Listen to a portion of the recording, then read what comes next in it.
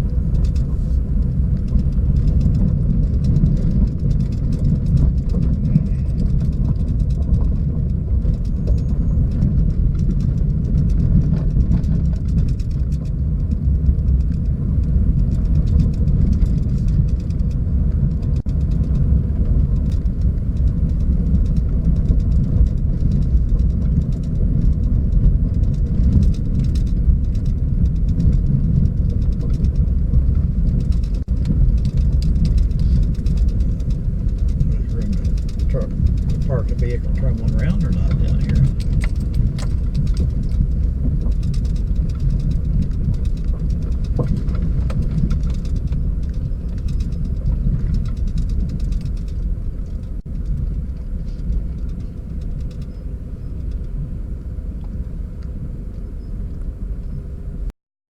My brother and I were only 10 or 12 years old when the folks started letting us make this walk down and fish by ourselves.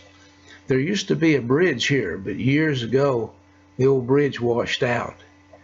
We're going to leave our truck here and take my truck with the kayaks in it and go about 3 or 4 miles up the creek and float back down and show you the water that we used to fish.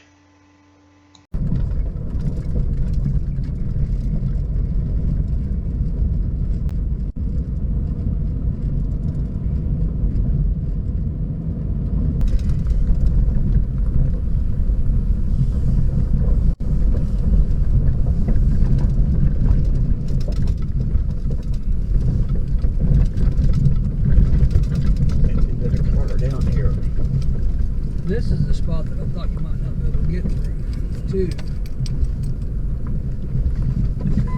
Whoa. That's what I was afraid of here. Yeah. We can go in there, can't we?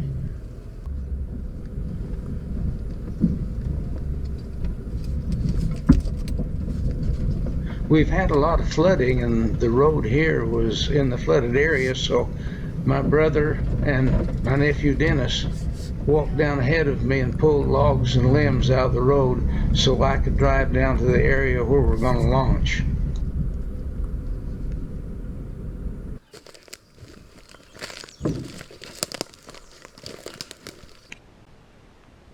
Dennis is helping me out with the photography on this trip.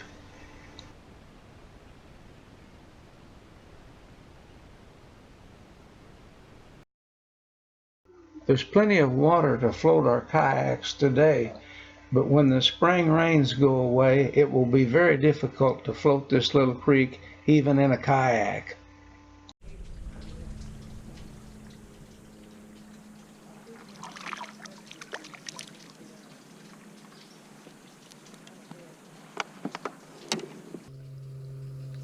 Down past the big rock that you see ahead of me is what we used to call the 20-foot hole because it was so deep. And we used to tie ropes from the trees on the bank, and we would swing out and drop into the water. It looks like they're still doing that today.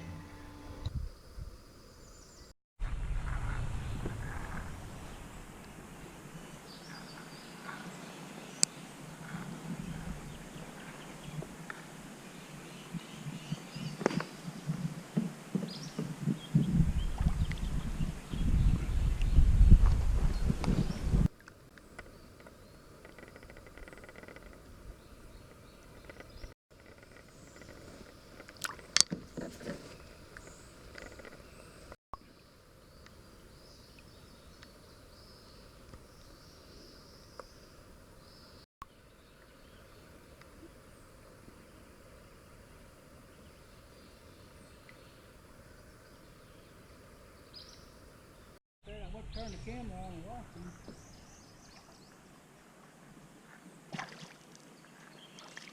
What do you catch, smallmouth? That's smallmouth. I got a bass magnet on. Yeah, they hit that thing every cast. It's crawdad color.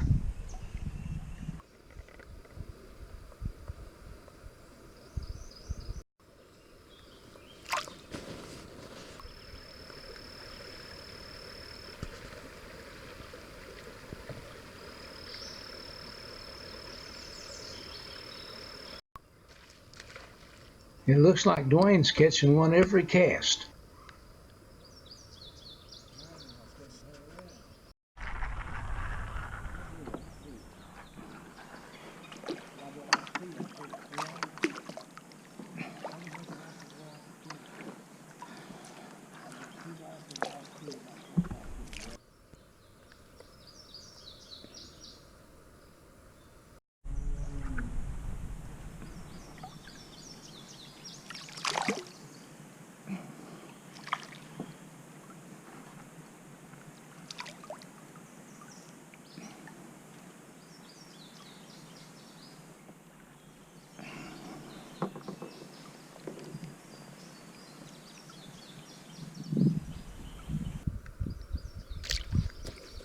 I spotted this large long-eared sunfish spawning area, and there had to be at least 20 big females laying their eggs on that nest. I had to try to catch one of them.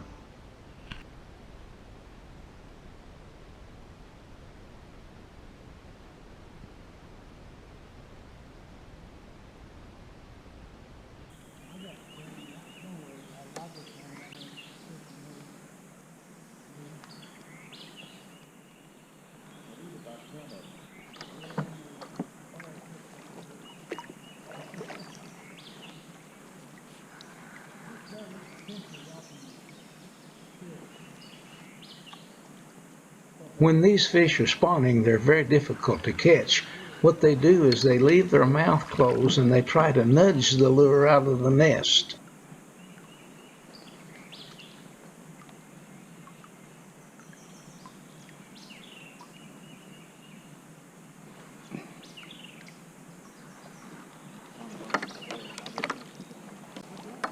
I've made about 10 casts and I haven't had a strike yet.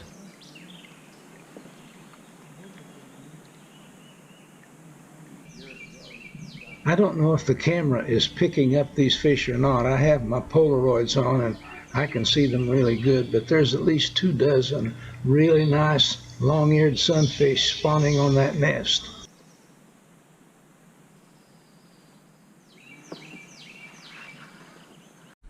Finally, yeah, you can see their nests down there real clear. And this is a big old pumpkin seed. Look at the size of him. Look at that.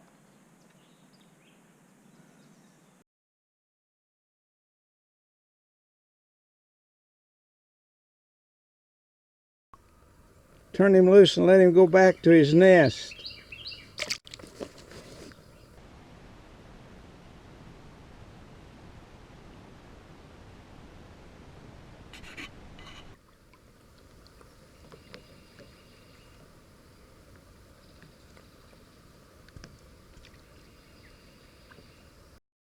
You can see this lure is kind of beat up. It's a handmade version of the old Bunyan 66 lure that I made back in the 50s, and I haven't used it since then. Look at this beautiful shiner minnow that I caught on the first cast with the old lure. Dennis is playing nice guy and letting Dwayne and I have first shot at the holes since he lives down here.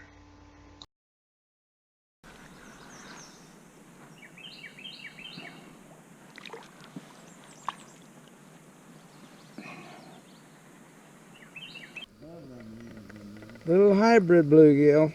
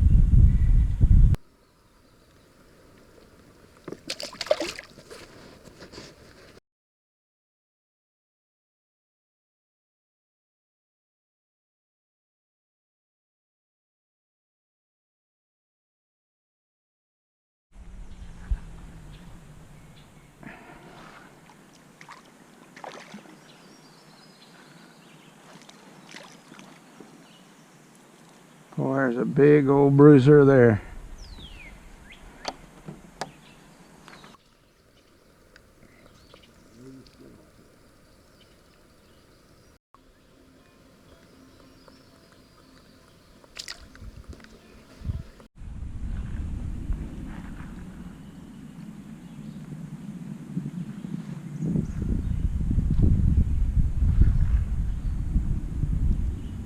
This is what I came to catch. Brother.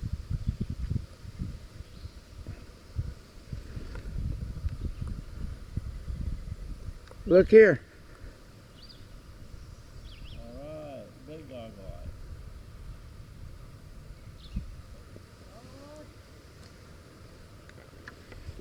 Got me a big goggle eye.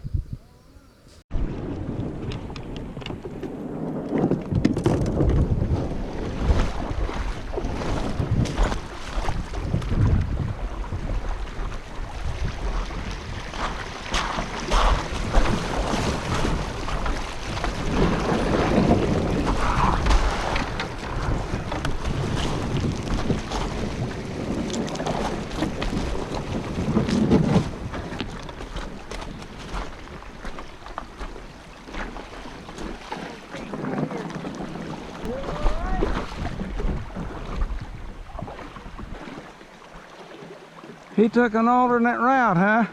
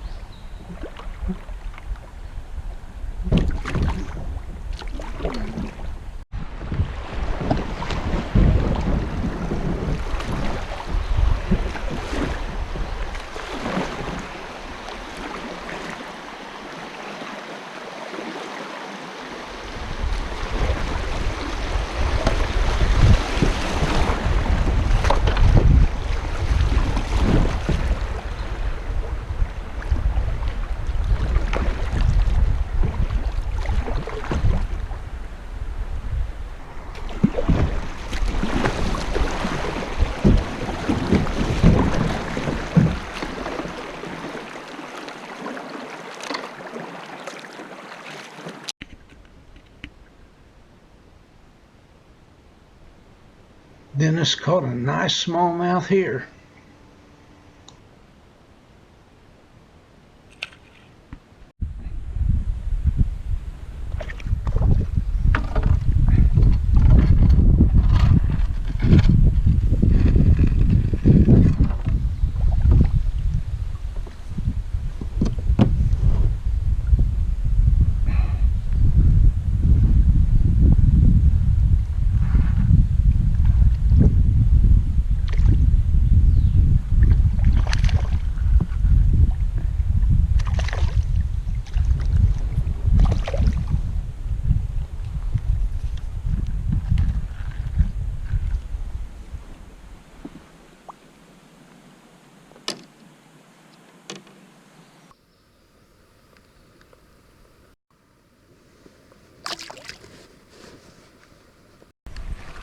This used to be one of our favorite rock bass holes, or goggle eye holes as we called them.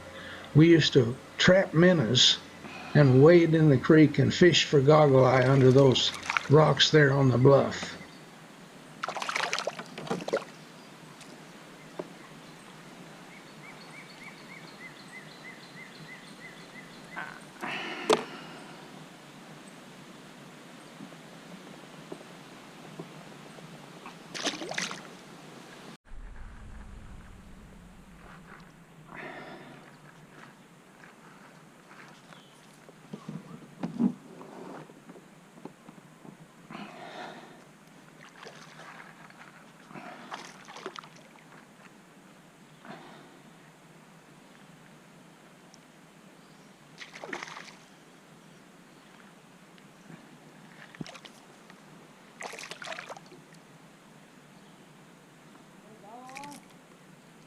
No.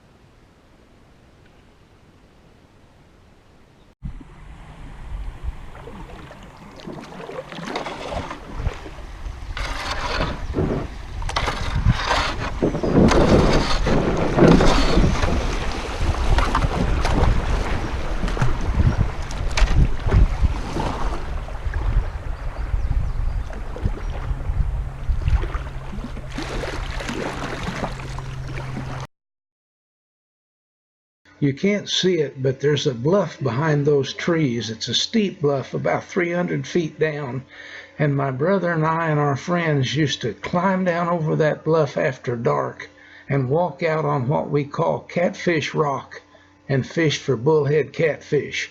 We'll show you Catfish Rock here in just a minute. That's Catfish Rock, but the water was a lot deeper around it then, and I gotta believe the rock was a little flatter too.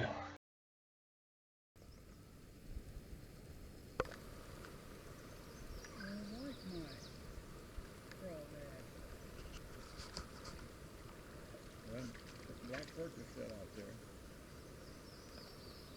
yours floating right down over the pork black. I put on this jig and cork just so you guys could see how fast these fish strike in this little creek.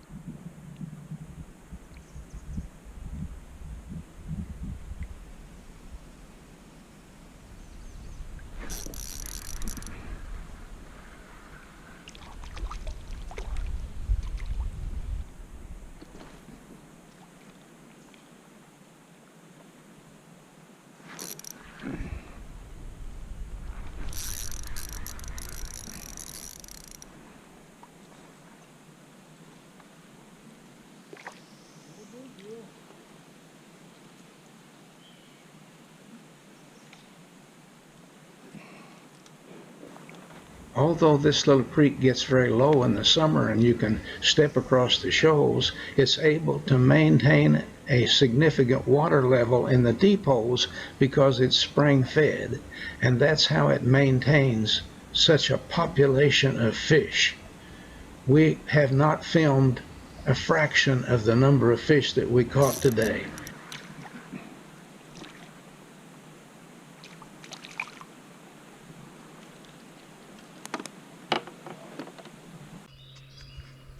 We still have a half a mile or so to go, but Dennis has a 4 o'clock appointment and my brother and I have a long drive, so we're going to paddle in from here. You can only imagine what a thrill this has been for me to come back where I grew up and fish the waters where I learned to fish. We caught a lot of fish today. We only filmed a few of them. And I'm sure I filmed a lot of things that is very little interest to the viewers, but it means a lot to me. It also means a lot to me when you guys come along with me. So be sure and hit that notification bell, because I want you to keep coming along with me on future adventures.